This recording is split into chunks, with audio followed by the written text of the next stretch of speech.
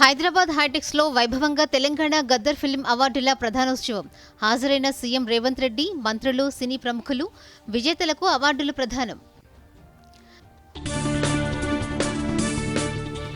Godavari Banakacherla link ప్రాజెక్టుపై Harish Rao power point presentation. గోదావరిలో తెలంగాణకు వచ్చే నీటి వాటా తగ్గించే కుట్ర జరుగుతోందని ఆరోపణ.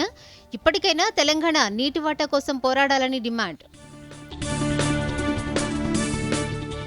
ప్రభుత్వంపై హరీష్ రావు ఆరోపణలను తోసిపుచ్చిన మంత్రి ఉత్తమ్ కుమార్ రెడ్డి.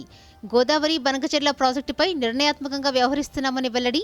జగన్, కేసీఆర్ మధ్య అవగాహనతోనే తెలంగాణ నీటిని ఏపీకి తరలించారని ఆరోపణ. విమానయాన భద్రతపై కేంద్ర మంత్రి రామ్మోహన్ నాయుడు ఉన్నతాధికారులతో సమీక్ష. అహ్మదాబాద్ విమాన ప్రమాదంపై 5 సభ్యుల కమిటీని ఏర్పాటు చేసినట్లు కేంద్ర మంత్రి ప్రకటన. రేపటి నుంచి ప్రధాని నరేంద్ర మోదీ విదేశీ పర్యటన.